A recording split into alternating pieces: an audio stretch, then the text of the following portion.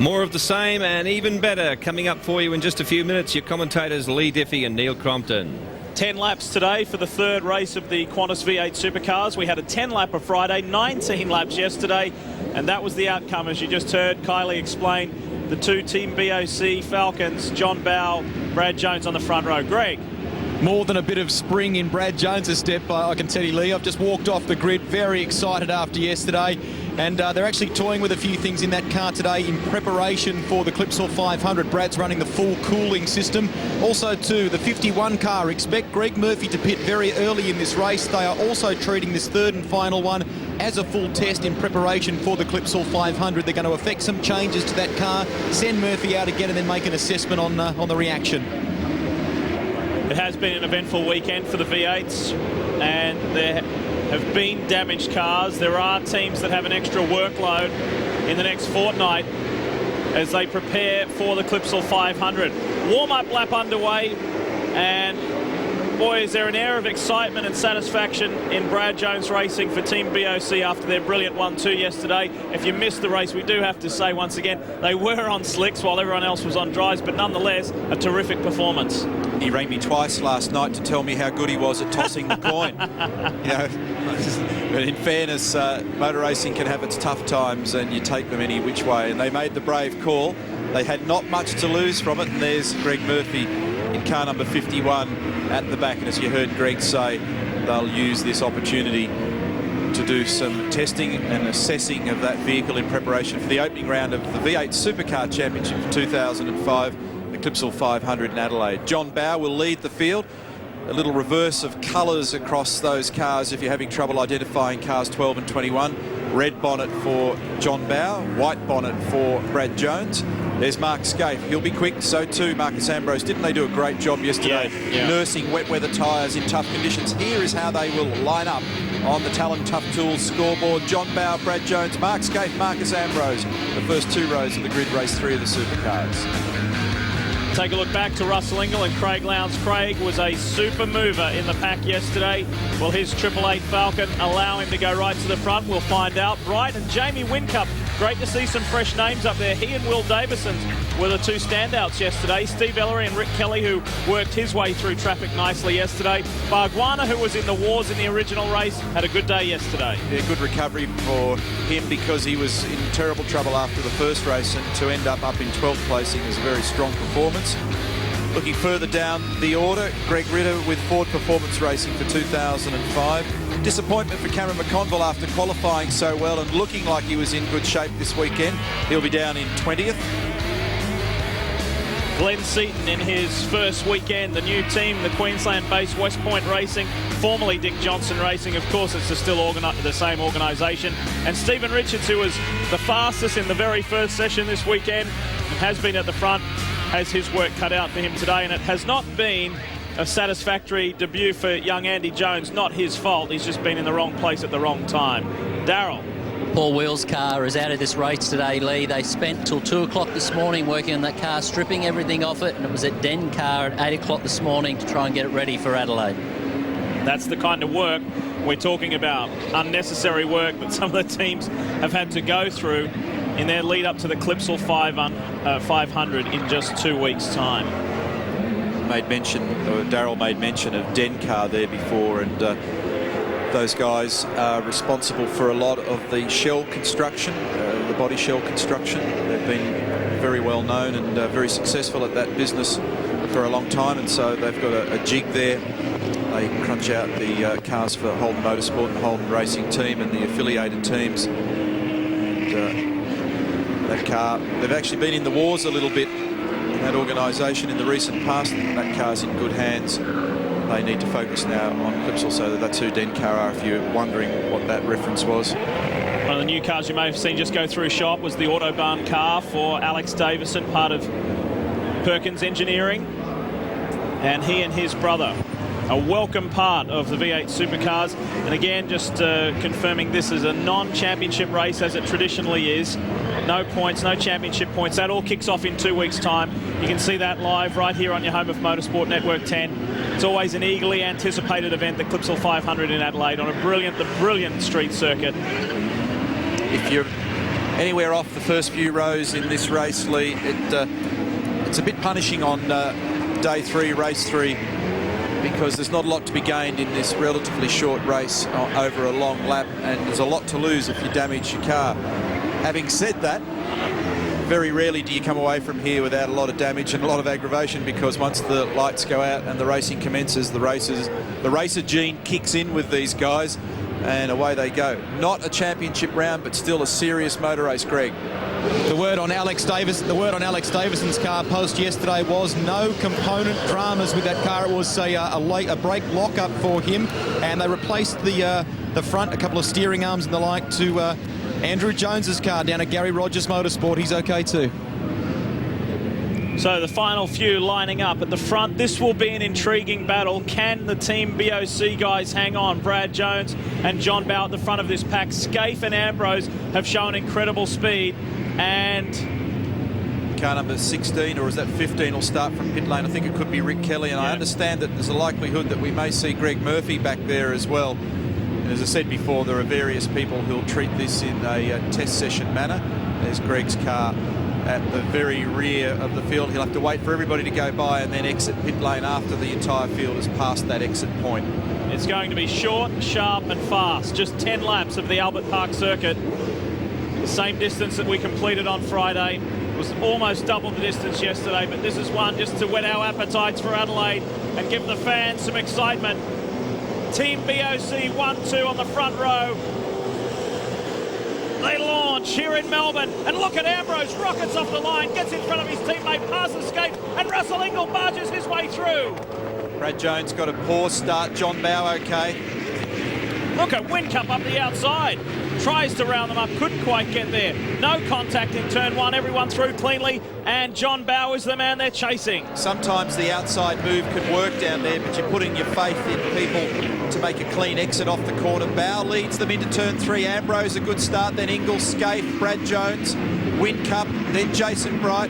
The usual congestion in turn 3. It was 2 corners after that yesterday where all the chaos unfolded, just here on the exit of turn 5. Everyone crossing their fingers. Alex Davison in a little strife there with Paul Morris, but they argue over position. Now they get through cleanly. This is a good sign. But what about the 2 Stone Brothers Falcons? Boy, were they aggressive off the line and fast. Ambrose and Ingall launched themselves, got by Scaife, got by Brad Jones, and now they hunt down race leader. Jamie Whincup will have had the biggest scare of his life on the exit of turn 8. Then he had the thing in the grass, sideways, gathered it up, and managed to get out of trouble. It was a Kimi Räikkönen repeat. Morris and Davison still fighting over ground. And look at this, Ambrose not wasting any time. Muscles John Bowe out of the way. New race leader, the Pertec Ford is there. Greg? You mentioned about Jamie Whincup there before, Neil. I've just been down and had a word to Wally Story and the team. Boy, are they pleased with this young guy's performance. Ex-Formula Ford champion, had a little bit of a struggle on those wet tyres yesterday, but they are watching this guy and very impressed with his first outing with this team. As Russell Ingall stuck his nose up the inside of John Bowe, Mark Scaife said, guess what, I'm coming through as well. Now Brad Jones is trying to work over his teammate. John was very compliant there to those key guys in the opening couple of corners, and almost contact between the 2 BOC cars there at turn 15. It looks like John has got a bit of a problem because, Bradley, and we've got one of the better electrical cars is off in the kitty litter down there. I think that's Stephen Ellery. It looked like 88. Yes, it is, because Lowndes is still up in his position, right behind Jason Bright. Look at these 2 guys go at it further back. Whincup is putting the pressure on now. Deep in the brakes into turn 1. Whincup and Brad Jones go side by side. Whincup loses out, comes back on. Almost collected by Iguana. It's a very awkward move that happened there several years ago. I've forgotten who the players were, but when you come back on there, Scaife down the inside for position 2 underneath Ingall. When you come back on and rejoin at 2, you've got to be so careful you don't swipe everybody. A little bit of weirdness there between John Bowe and Brad Jones in the last couple of corners of that opening lap. John was struggling, maybe had a little problem, now rectified itself, and the net result is that Brad Jones really got caught up with his own teammate and lost a good 50 to 75 metres there. Watch the start, watch to the left of your screen. Second car from the left, Marcus Ambrose, beautiful start. His teammate follows him, they split the pack. Scaife couldn't do anything about it, and Ingall in fact contacted Brad Jones slightly, muscled him out of the way. This will paint the picture beautifully. Brad Jones, the real loser in the moves off the start there. 4 cars had gone by him by the time they grabbed third or fourth gear, and there's Whincup down the outside. He's got the front right tyre locked. And like I said, when you're on the outside there and almost 3 cars wide, you're putting your faith in everybody else to behave. He was lucky to get away with it that time. That's the incident with Stephen Ellery. Left beached. Gee, I've been impressed with Jamie Whincup this weekend. He's not afraid to mix it with the big boys. Here he is again, going blow for blow with Brad Jones. It didn't quite work out, though. The road ran out. Yeah, he actually made a good decision there, didn't he? Just cleared a bit of space, because otherwise it would have resulted in contact. Waved yellow flags there, so there's an issue the field are dealing with. Greg Rust. Just been down and had a word to Roland Dane from 888. Says that Stephen Ellery's a pretty disappointed camper at the moment. I'll leave you to it, boys, and I'll come back to you. Round goes the 45 of Tony Longhurst. He's beached. And Paul Radisich was the other car involved in that in the Team Kiwi Racing entry. And Radisich going for the pits. Lowndes on the inside here. The 2 Ford drivers going at it blow for blow. The man who used to be in the Cat Ford, now in the better electrical one, he's there. Craig will be getting a bit of satisfaction out of rounding up the Cat car there. I'm sure he was committed to that manoeuvre no matter what. Greg. My question to Roland Dane was two-pronged, guys. I said, what happened with Ellery? He said he's just disappointed. Someone punted him off. But I said, all right, give us an assessment of Craig Lowndes' car for this race. He smiled and said, very good. You don't often see Roland Dane smile in that way. Craig made up a huge amount of ground and numbers yesterday as he carved his way through the field. Fastest man on the racetrack's Mark Scaife with a 1:59.9 on the last lap. Half a second behind Marcus Ambrose on the control line last time round and closing, although Mark was very sideways then as he came out of turn 7. Well, for the Red Army here in Australia, the fans of the Holden Racing team, they'll be relieved to see this. This is Lowndes on your left versus Jason Wright on your right. Righty tried to fire him into the pit lane down there, and Craig ultimately ended up far enough along, and Jason wisely just yielded. And the two of them managed to sort it out between them when they got down there. The 2 guys at the front of this field were the 2 at the front yesterday. It was an Ambrose Scaife race until the dry weather tyres, the slicks came into effect for Team BOC, who incidentally are maintaining a very strong position in the top 5. Bow is 4th, Brad Jones is 5th, Lowndes, then Bright, Barguana, Whincup and Rick Kelly. Notice that Brad Jones' car's got the windscreen wiper going at the moment. I can't imagine he wouldn't have had time to turn it off. Might have a little electrical short in there. That's just triggered a memory. We must amend that, must correct that. That was in fact Garth Tander who started from pit lane in front of Greg Murphy. So it's been frantic, like they all have. Friday's race was very enjoyable. Yesterday's was interesting. Now look at this. Holden v Ford. Scaife on the inside. Gap closing. Scaife right in touch. Marcus just making sure that he gets in the right place down there. He's under attack. Scaife will try and crisscross through turn 2. It might ideally position him. It does. Good move, Mark Scaife. The 2 of them side by side. Beautiful racing, and that engagement there has allowed Russell Ingall to come into this as well. It slowed Scaife and Ambrose up a little. The enforcer has arrived on the scene. There's extra support from Stone Brothers Racing, but can they go with Scaife? It's unlikely. He has been fast. Greg. Well, they're pushing the Team Dynamic Commodore just in behind us here, and a pretty dejected Will Davison is out of the car. Just describe what's happened. You had such a good start to this weekend in the opening 2 races. Yeah, no, it's pretty disappointing actually, especially for all the guys. My number 1 aim this weekend was to bring the car home straight, not bent like it is. And first lap was a bit of biff and barge going on, and unfortunately coming down into turn 13, I think it was, the pack slowed up pretty heavily in front of me, and I was just a little bit too late in the brakes. I feel pretty bad for Steve Ellery actually. I sort of turned him around, which was definitely not on purpose, so it's not a very good way to finish the weekend. Hard luck, Will. Good luck for Adelaide. Thanks, Greg.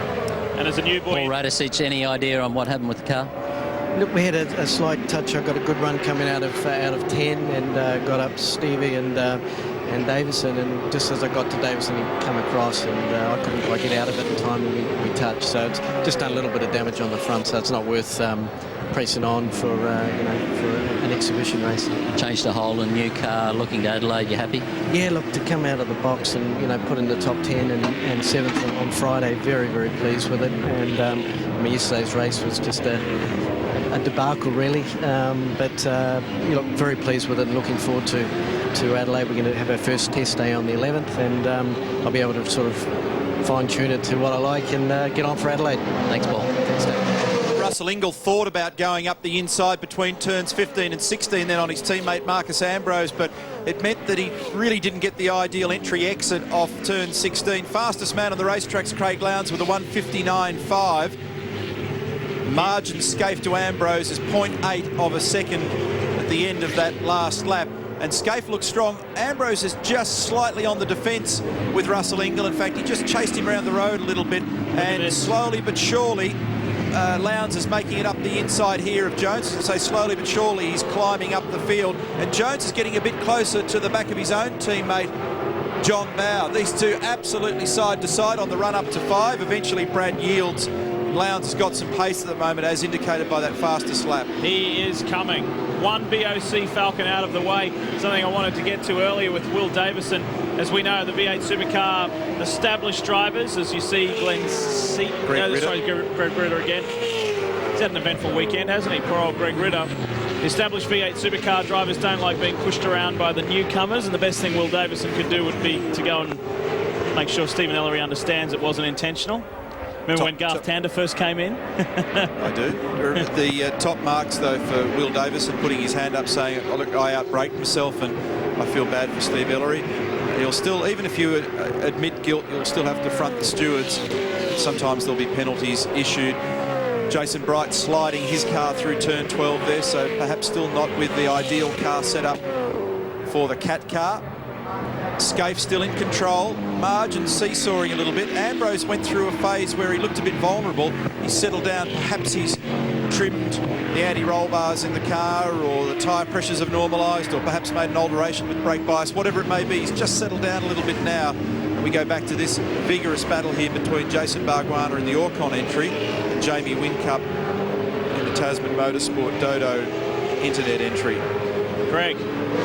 Rob Starr from HRT has got a wry little smile on his face at the moment. He said it was a pretty pumped up Mark Scaife that got in that car this morning. They went back to the dry setup that they had for Friday, which they said worked well, but they've just finessed it. I think you may find, Neil, they may have just softened that car up a fraction, and boy, it's working well for Mark at the moment.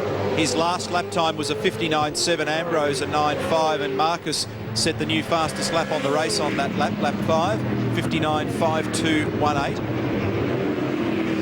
Jason Bargwanna defending from Jamie Whincup. Bargwanna was very satisfied with his season last year. He was the second best Ford driver in the championship behind Marcus Ambrose. Of course, Ambrose the champion. Bargwanna finished 8th and was pleased with that, looking to go on with it in 2005. And he, like Lowndes, fought his way back from a long way back in the pack in race 2. Now he has his hands full with another new name on the scene. Of course, Whincup, we know he's been around for a few years, but we look forward to seeing what he's got in the 2005 V8 Supercar Championship Series. It's an important time for him in his career because he didn't have a good run with Gary Rogers Motorsport when he was there. He battled, and sometimes when you come out the other side of those things and you've hardened up a notch or two and another opportunity comes your way, you don't miss the break. That appears to be the situation. I mentioned at the start of the race that it was difficult to see from the angle whether it was cars 15 or 16 starting from pit lane. Clearly Rick Kelly's out there at the moment, so that was Garth Tander, as you mentioned before, Lee. It started from the pit lane just in front of Greg Murphy. Lowndes has left Jones and he's eating into John Bowe. We'll see how that shapes up in a moment. Whincup relentless on Bargwanna here. It's still Scaife with about half a second over Marcus Ambrose, and Ingall right with his teammate. That's the top 3. Then Bowe, Lowndes, Jones, Bright, Bargwanna, Whincup, Kelly. These 3 we've been looking at. Behind them, it's the second Orcon Falcon. Mark Larkham, the team principal, will be very pleased with that performance. And then it's Jason Richards, Glenn Seaton, Stevie Richards and Cam McConville rounding out the top 15. And here is Lowndes now, the better electrical 888 Falcon, right with John Bowe. Mark Scaife margin to Marcus Ambrose, 0.8 of a second on the last lap. And he was 2/10 quicker than Marcus, so it was a 59.6 for Scaife, a 59.8 for Marcus, 59.6 also for Russell Ingall, so his pace remains good. Here's Lowndes. It was a 2-minute 0.5 lap for Craig in 5th position, ahead of Brad Jones, behind John Bowe. There they are. Jason Bright next in the queue, and then a decent margin back to Jason Bargwanna and Jamie Whincup. And a change for position here. Stephen Richards battling with Glenn Seaton. Positions 12, 13, 14 is Cam McConville. Yeah, McConville looking for a way through on Glenn Seaton. He's right on the back of the West Point Ford. and it's a blue oval race at the moment. 7 of the top 10 are Fords. The one that counts is the race leader, and that's a Holden for the Holden Racing Team, Mark Scaife. McConville, who qualified in the top 10, good performance, finished in the top 10 in the first race, ran off in the second, and it's been hard work ever since. Greg. Paul Forgy, the number 1 man on car 1 for Marcus Ambrose, is not giving away too much at the moment. I said, is Marcus just going to hover there and have a crack at Mark Scaife towards the end of this race? He said, I'm not saying anything right now. They were stuck together yesterday, weren't they? Right to the end. Not much between those cars or drivers, and we know that. We've seen it in the past. Is there a position change up for grabs here? Whincup thinks about it, puts the car into clean air, but by doing so moves off the ideal race line, but it does look like he's got a little bit of pace. There's been a lot of change in the off-season for the V8 Supercars, whether it be rules with drivers, with teams, sponsors, etc. And we will bring you right up to date and in-depth in a fortnight's time when we go to Adelaide for the first round of the championship. The Clipsal 500. Craig Lowndes intensifies the pressure now on John Bowe. Next lap, Bowe may fall to Craig Lowndes.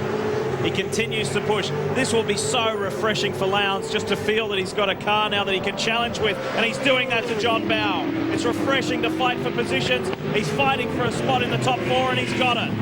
It was pretty easy, and John just left the gate wide open for him. Didn't argue about it. Knows that right at the moment in car number 12 he doesn't really have the car to fight with, so he left room for Craig, who just nipped up the inside with ease. He now goes to 4th position, so it's Scaife, Ambrose, Ingle, Lowndes, Bowe, Jones, Bright, Bargwanna, Whincup and Winterbottom. That's your top 10. Jason and Stephen Richards are 11th and 12th. Then Glenn Seaton, Cam McConville, Matthew White, Andrew Jones is 16, Tander, Davison, Morris, Kelly. That's the top 20. Greg, what do you have?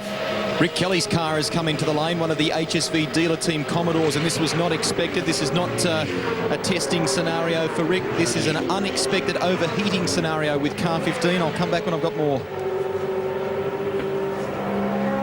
And as you can see, Jason Bargwanna has lost the battle there with Jamie Whincup, and there's a report that fluid is coming from the back of the Orcon Falcon. Actually, I beg your pardon, communication mistake there on my part there. Liquid from the back of the Kelly car. And there's Rick already out of the cockpit. Doing these races, Neil, is it good? Although it's not championship points, it's a bit of fun. It's good to clean the cobwebs out over the season. We'll get back to that thought in a moment as we hear more from Greg. Well, this was the car, you may recall, that was involved in that big accident at Bathurst with Jason Plato and John Cleland. It's taken a bit of finessing this weekend, getting it back on track, hasn't it, Rick? Yeah, we haven't had as many laps as we'd like. Just run a little bit warm, so we thought we'd bring it in and have the day off. Did it give you any warning? What prompted it to overheat, do you think? We're not sure. We haven't done many laps in the dry here. There's a few leaves in the front, so hopefully that's the cause. Good luck for Adelaide. Thank you. That's what I was going to say, Neil. It's good to have this event, yes, to have a good hit out, to get these problems out of the way before you get to the championship.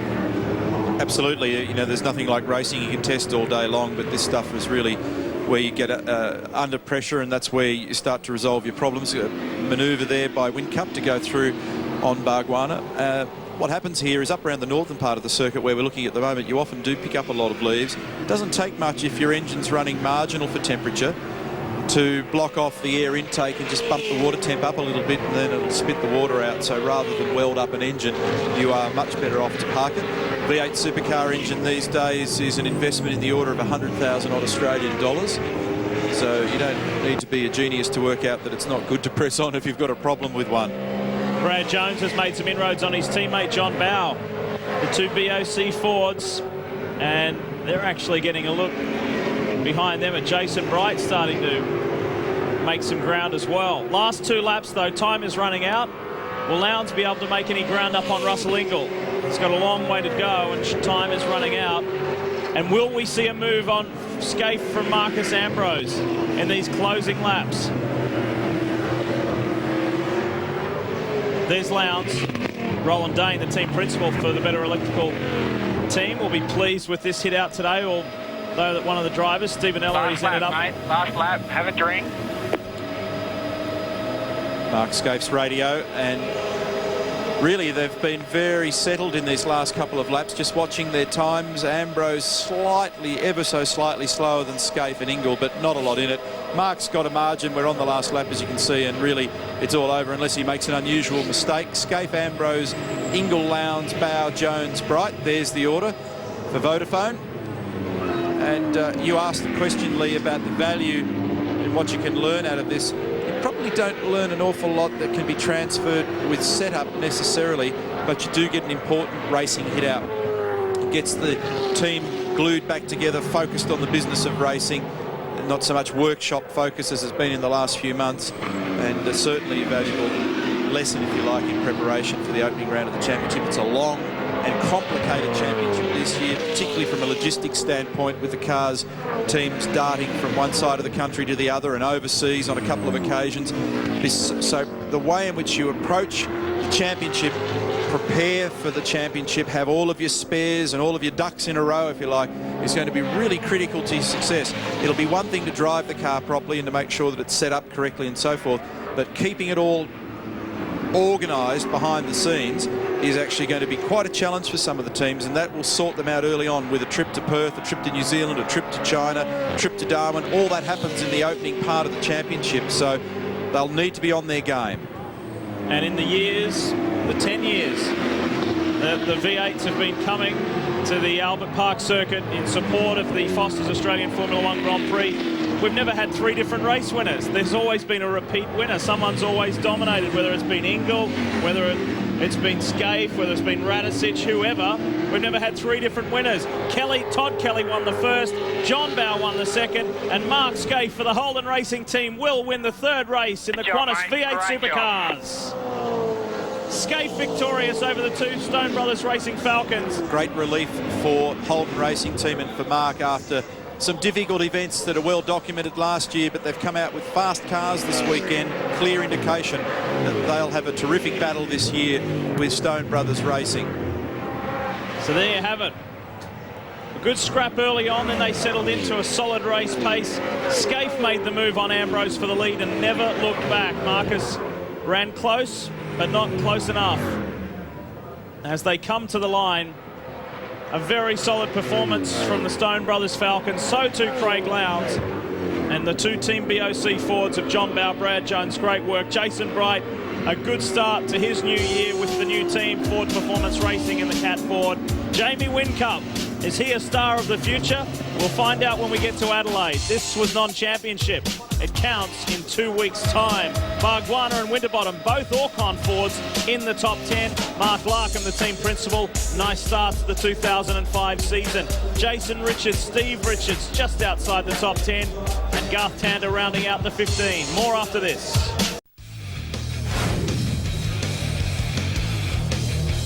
Three races, 3 different winners in the Qantas V8 Supercars Spectacular, and as a form guide to the rest of the season, some interesting trends there. Craig Lowndes showing some pace in his new team. Jamie Whincup, as Lee pointed out, very impressive. The Dodo team, Team Kiwi and Super Cheap seem to have their acts together, but who knows? Greg Rust is with the man who won the final race, Mark Scaife. Billy, I guess one of the trends that's come out of it is that the red team, Holden Racing team, are strong. That's a great way to start the year, Mark. Well done. Well, look, we've been back all weekend with that Rusty. Todd qualified well. We both, in the first 3 cars. Our cars have gone well all weekend. It's a great sign for the Red Army to have these cars back where they should be. And that was a great battle again with Marcus. It was a great race yesterday and another one today. Rob Starr didn't give away too much during the race to me. He said, look, we went back to a dry setup that worked well on Friday, but we finessed it from there. Is that pretty accurate? Yeah, look, a little bit. I mean, it was sort of a slightly more wettish setup, but not much. And I mean, when you know that the car's pretty good and you can wheel it out like that, I mean, it's a good sign. I mean, the things we learnt at the end of last year have really proved invaluable. How much does this fire you up for Adelaide? Oh, mate, it's on. It's fantastic. I mean, I'm very, very proud of the guys, and I feel like I'm back to driving as well as I've ever driven. Good on you. Look forward to it. Thanks, Mark. Thanks, mate. Well, Marcus, even though yesterday was a wet race, did tyres become a big play in this race? Yeah, we ran on the same tyres all weekend, apart from that wet race yesterday. So, yeah, the tyres pretty good. So I'm not sure what Mark was driving on out there, but, he could have been on the old tyres too, who knows. But it was a great race, good scrap, and, it's just great to get back behind the wheel again. How do you see things going in Adelaide now with the red car showing some good performance? Yeah, well, the pressure's not on yet, so let's wait and see. I'm sure there's going to be some players from the back of the field come through and be a factor at Clipsal. I'm sure Mark's rebounded well from last year. He's really looks like he's driving well. He seems pretty happy with life too. So, I expect a big challenge from Mark and this bloke over here too, Rusty. He's fired up. You got a big smile on your face. See you in Adelaide. Thanks, buddy. Yeah, Russell Ingall is very fired up. There's no two ways about that. He's had a good giggle with the Caltex crew here. Over summer, you've worked very, very hard, Russell. Top start to the year. Yeah, absolutely. Well, I haven't done half the work the boys have done. Brand new car, first shootout this weekend, and it's an absolute gem. It's a really good car. I think we've got better speed than last year. Car feels brilliant straight out the gate. So to come out and to be competitive amongst this group, really pleased. As your engineer said to me on the quad, he said, hey, it's not just that. We've also sat down and looked over data and a number of things. And one of the crucial elements that I think that came out is that you're dead keen to beat that bloke in the blue car, aren't you? Well, don't worry about that. Like, everyone thinks we're here to beat, all the HRTs and all the other of the world. Mate, I'm just out to beat Marcus as well, especially he's only here another 12 months. So, mate, I've got to kick his backside this time. So, look, full credit to all the crew. And make no mistake, I owe him a lot of VBs this time. So we'll get back in the old Riviera and we'll have a bit of a drink. Good on you. Thanks, mate.